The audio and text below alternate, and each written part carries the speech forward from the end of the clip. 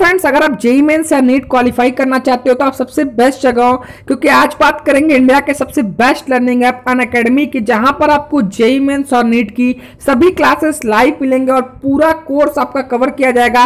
साथ में जो कोर्स आपके कवर करेंगे वो टीचर इंडिया के सबसे टॉप एजुकेटर्स होंगे, आपको कॉन्सेप्ट वाइज बताएंगे कैसे आप बहुत आसानी से एंट्रेंस एग्जाम को क्लियर कर सकते हैं। साथ में आपका हर हफ्ते टेस्ट होगा जिससे आप खुद को एनालाइज कर सकते हैं कि आपकी तैयारी कैसी चल रही है। इसके बाद अगर आपका कोई भी डाउट रहता है तो आप 24/7 कभी भी इनसे अपना डाउट पूछ सकते हैं और बहुत कम फीस ले रहे हैं। तो तुरंत जाकर डिस्क्रिप्शन से आप सब्सक्राइब कर लीजिए इनको, और रेफरल कोड अगर आप शुभम @12 डालते हो तो आपको पूरे फीस में से 10% डिस्काउंट तुरंत मिल जाएगा। तो तुरंत जाकर सब्सक्राइब कर लीजिए। Hello friends, welcome to Som classes. दोस्तों, अगर आप बीएचयू की तैयारी कर रहे हो तो ये वीडियो आपके लिए काफी इंपॉर्टेंट वीडियो, क्योंकि इस वीडियो में बात करेंगे अगर आप BHU, BSc maths, BSc bio, BSc AG तीनों चीज की तैयारी करो, इसमें केमिस्ट्री तीनों में आएगा। तो आज के इस वीडियो में बात करेंगे जिस तरीके के एंट्रेंस एग्जाम में केमिस्ट्री में प्रश्न पूछे जाते हैं उसी टाइप के आज मैं प्रश्न आपको प्रैक्टिस कराऊंगा, ताकि आपका एंट्रेंस में अधिक से अधिक मार्क्स आ सके। उससे पहले अगर चैनल पर नए हो तो सब्सक्राइब कर बेल आइकन प्रेस कर लो, क्योंकि हमारे चैनल पर क्रैश कोर्स चल रहा है बीएचयू और पॉलिटेक्निक के लिए। अगर आप ये सभी वीडियोस को देखते हो तो आपके काफी चांसेस है आप एंट्रेंस एग्जाम को बहुत आसानी से क्लियर कर सकते हो। तो स्टार्ट करते हैं पहले क्वेश्चन से। पहला क्वेश्चन आपकी स्क्रीन पर दिख रहा होगा, इलेक्ट्रॉन पर आवेश के मान की गणना की थी। अब यहां पर 4 ऑप्शन दिया है, जे थॉमसन ने, आर.ए. मिलिकन ने, रदरफोर्ड ने, चैडविक ने। ठीक है, अब आप सोचोगे कि इलेक्ट्रॉन की खोज तो जे थॉमसन ने की थी, तो आप इस पे टिक करके चले आ जाओगे। लेकिन यहां पर पूछा क्या है क्वेश्चन, ये देखो, इलेक्ट्रॉन पर आवेश के मान की गणना की थी, किसने की थी? तो इलेक्ट्रॉन की खोज तो जे थॉमसन ने की थी। तो जो बच्चे मतलब क्लियर नहीं रहेगा, आप क्वेश्चन ध्यान से नहीं पढ़ेंगे, इसको टिक करके आ जाएंगे। लेकिन जो बच्चे ध्यान से पढ़ेंगे उनको समझ में आ जाएगी कि इलेक्ट्रॉन पर जो आवेश की गणना होता है इसका मान होता है 1.6 × 10⁻⁻19 कूलम। ठीक है, ये इसकी गणना आपको आर.ए. मिलिकन ने की थी। ठीक है, इलेक्ट्रॉन की खोज जे थॉमसन ने की थी, परंतु इलेक्ट्रॉन पर आवेश की मान की गणना जो इसका 1.6 × 10⁻⁻19 कूलम, इसकी खोज आर.ए. मिलिकन ने की थी। तो इसी तरह छोटी छोटी बातों को आपको ध्यान रखना है, आपको ऐसे ही नहीं कर देना मतलब क्वेश्चन पर इलेक्ट्रॉन की खोज किसने की थी, जे थॉमसन पे क्लिक करके आ जाए। आपको देखना है क्वेश्चन क्या पूछ रहा है और ऑप्शन क्या क्या दिया है, क्योंकि इसमें जो ऑप्शन बीएचयू में देते हैं वो सभी मिलते जुलते ऑप्शन रहते हैं। तो आपको ध्यान से देखकर ऑप्शन टिक करके आना है, तभी आपका सिलेक्शन हो पाएगा। बात करते हैं सेकंड क्वेश्चन की। सेकंड क्वेश्चन है, इलेक्ट्रॉन की तरंग प्रकृति का सत्यापन किया था। इलेक्ट्रॉन की तरंग प्रकृति का सत्यापन किसने किया था? डेविसन व जर्मर ने। तो ये आपको रटना पड़ेगा। इस टाइप के क्वेश्चन में कोई कॉन्सेप्ट नहीं होता है, इस टाइप क्वेश्चन आपको रटना पड़ेगा। इलेक्ट्रॉन की तरंग प्रकृति का सत्यापन किया था डेविसन व जर्मर ने। बात करते हैं थर्ड क्वेश्चन की। देखो, जो रटने वाला प्रश्न है उसको रटना पड़ेगा। जहां पर कॉन्सेप्ट या फिर लॉजिक की बात आएगी या कोई ट्रिक की तो मैं आपको जरूर बताऊंगा। तो पूरे वीडियो जितना मैं अपलोड कर रहा हूं क्रैश कोर्स की, सभी को जरूर देखना, और चैनल पर नए हो तो सब्सक्राइब जरूर कर लो। थर्ड क्वेश्चन जो काफी इंपॉर्टेंट लग रहा है, यदि किसी तत्व का परमाणु क्रमांक 11 है तथा इसमें 12 न्यूट्रॉन उपस्थित है, तब इसका परमाणु भार होगा। ठीक है, यहां पर क्या दिया है? परमाणु क्रमांक। इसको हम लोग क्या कहते हैं? परमाणु क्रमांक को प्रोटॉनों की संख्या कहते हैं। ठीक है, तो प्रोटॉनों की संख्या 11 दिया है तथा इसमें 12 न्यूट्रॉन उपस्थित है। आपको निकालना है परमाणु भार। ठीक है, तो परमाणु भार का फॉर्मूला होता है कि प्रोटॉनों की संख्या प्लस क्या होता है? न्यूट्रॉनों की संख्या। ठीक है, प्रोटॉनों की संख्या प्लस न्यूट्रॉनों की संख्या, ये आपका हो जाता है परमाणु भार निकालने का फॉर्मूला। तो प्रोटॉनों की संख्या यहां पर दिया है 11 और प्लस 12 हो जाएगा, तो ये आपका हो जाएगा 23। ठीक है, ये आपका हो जाएगा 23। तो यहां पर देखो, ये गलती से -23 लिखा गया, लेकिन तो 23 ऑप्शन था, तो इसका आंसर हो जाएगा 23। ठीक है, तो यदि किसी तत्व का परमाणु क्रमांक 11 है तथा इसमें 12 न्यूट्रॉन उपस्थित है, तब इसका परमाणु भार है। प्रोटॉनों की संख्या प्लस न्यूट्रॉनों की संख्या परमाणु भार का फॉर्मूला होता है, दोनों को प्लस करोगे 11 + 12। तो ये सब क्वेश्चन आपको देखो तुरंत आ जाना चाहिए, इसमें टाइम आपको नहीं लगाना है। अगर आप इसमें टाइम लगाओगे तो आप लाखों बच्चे फॉर्म भरे, उनसे तुरंत पीछे हो जाओगे। आपको ऐसे क्वेश्चन आ रहे हैं तो आपको तुरंत बस 11 + 12 23 जोड़कर तुरंत इस पर टिक करके नेक्स्ट क्वेश्चन की तरफ बढ़ जाना है।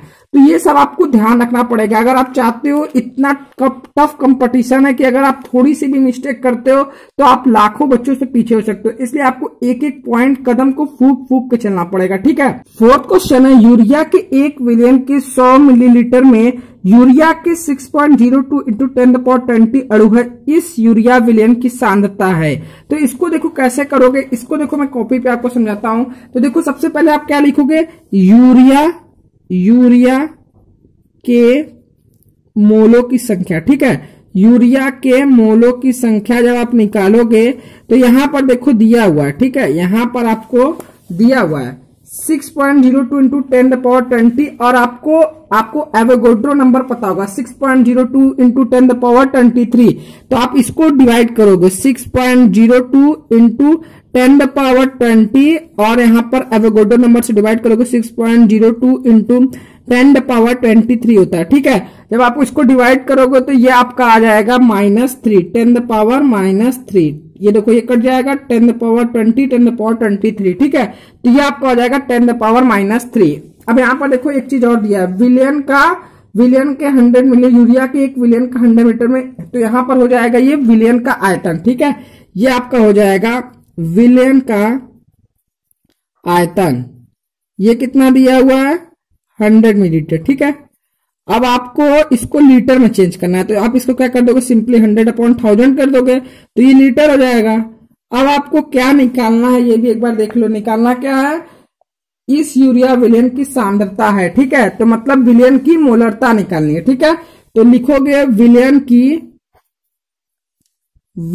की मोलरता, तो यहां पर यूरिया की मोलों की संख्या अपॉन विलियन का आयतन कर देंगे, तो ये है 10⁻³ और ये 1000 इधर चला जाएगा, ठीक है। तो जब इसको सॉल्व करोगे तो आपका आएगा 0.01 मोल। अब देख लो इसमें कौन सा ऑप्शन आपके सामने दिया हुआ है, तो 0.01 मोल चौथा ऑप्शन दिया है, तो आप इसको सिंपली टिक कर दोगे, ठीक है। आपको देखो यहाँ पर चौथा ऑप्शन दिया है पहला ऑप्शन 0.01 मोल, तो आप इस पे सिंपली टिक कर दोगे। बात करते हैं फिफ्थ क्वेश्चन की। अगर क्वेश्चन समझ रहा है तो प्लीज यार लाइक करना, चैनल पर नए हो तो सब्सक्राइब करना। काफी इंपॉर्टेंट क्वेश्चन है, निम्न में से कौन सा ताप बढ़ाने पर बदलेगा, ठीक है। आपको बताना है निम्न में से कौन सा ताप बढ़ाने पर। देखो यार केमिस्ट्री में आप चाहोगे तो अच्छे मार्क्स स्कोर कर सकते हो और अपने एंट्रेंस की दावेदारी और मजबूत कर सकते हो, क्योंकि केमिस्ट्री में आप चाहोगे तो 25 में से 25 क्वेश्चन सही कर सकते हो। केमिस्ट्री ही ऐसा सब्जेक्ट है जिसमें आप फुल स्कोर आराम से कर सकते हो, इसलिए इसको बहुत आसानी से और ध्यान से पढ़ो, ठीक है। तो इसमें दिया है निम्न में से कौन सा ताप बढ़ाने पर बदलेगा। तो ताप बढ़ाने पर देखो मोलरता जो होती है वो घटती है, ठीक है। ताप बढ़ाने पर क्या होती है, मोलरता घटती है, तो ताप बढ़ाने पर बदलेगा क्या, मोलरता, ठीक है। ये मोलरता घटने लगती है तो ताप बढ़ाने पर क्या बदलेगा, मोलरता, ठीक है। बात करते हैं नेक्स्ट क्वेश्चन की। नेक्स्ट क्वेश्चन काफी इंपॉर्टेंट है, शुद्ध जल की मोलरता है। देखो काफी क्वेश्चन बहुत इजी रहते हैं, आप इनको बस मतलब आपका थोड़ा सा भी कॉन्सेप्ट क्लियर है आप तुरंत कर लेते हो। शुद्ध जल की मोलरता है, ठीक है। तो इसका फॉर्मूला आप सीधे लगा दोगे, तो आपको शुद्ध जल की मोलरता है तो आपको शुद्ध जल का मॉलिक्यूलर वेट पता होना चाहिए, तो H2O, ठीक है। तो 2 और प्लस 16, तो 16 2 18 हो जाएगा, तो 18/1000 कर दोगे, मतलब कि 1000/18 कर दोगे तो ये आपका आ जाएगा शुद्ध जल की मोलरता। जब इसको डिवाइड करोगे ना तो 55.6 आएगा।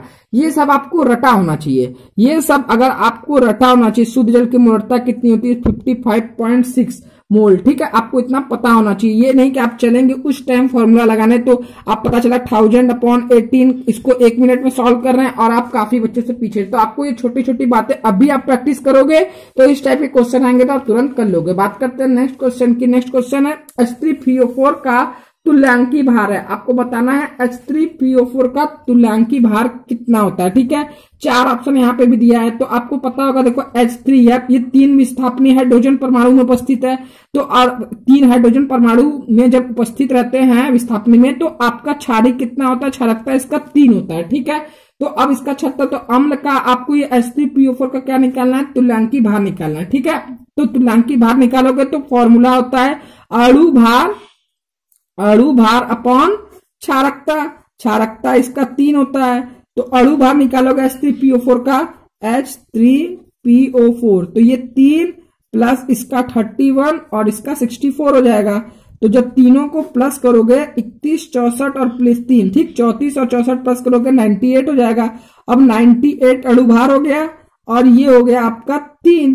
तो इसको जब आप डिवाइड करोगे तो समथिंग आपका आएगा 3 2 जा 3 3 जा 9 2 और 32.66 समथिंग आएगा। ठीक है, तो यहाँ पर ये देखो चौथा तीसरा ऑप्शन यहाँ पर सही है। तो H3PO4 का तुल्यांक की बात 32.66 हो जाएगा। ठीक है, और ये आज पहला वीडियो था इसलिए इतने कम क्वेश्चन है, लेकिन मैं जो नेक्स्ट वीडियो बनाऊंगा उसमें अधिक से अधिक क्वेश्चन आपके लिए लाने की कोशिश करूंगा ताकि आपकी ज्यादा से ज्यादा प्रैक्टिस हो सके। अभी मैं आपको लाइव टेस्ट भी स्टार्ट करूंगा, बस आप लोग थोड़ा टाइम दीजिए, मैं आपकी बेस्ट तैयारी कराऊंगा। तो चैनल पर नए हो तो सब्सक्राइब करके बेल आइकन जरूर प्रेस कर लो। आज के लिए इतना ही, मिलते हैं नेक्स्ट वीडियो में, तब तक के लिए जय हिंद जय भारत।